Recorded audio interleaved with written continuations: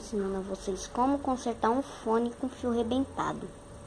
Dá pra ver, ó, que é só cobre, né? E tem uma tinta pra não dar curto. A pontinha também foi rebentada.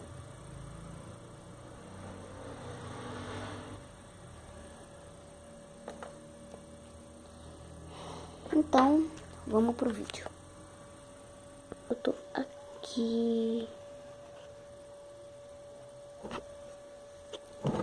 Primeiro, sem ser essa pontinha aqui, ó, que vai pro microfone, essa daqui não. Essa daqui, ó, da parte desse fone aqui, do alto-falante aqui. Vou mostrar pra vocês como é o alto-falante.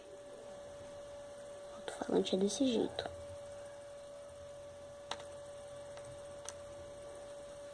Tem uns que abrem o fone de ouvido com força e não dá pra...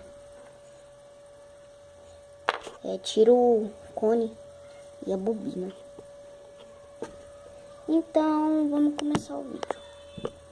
Primeira coisa que vocês vão fazer: soldar essa ponta vermelha e verde na outra ponta vermelha e verde.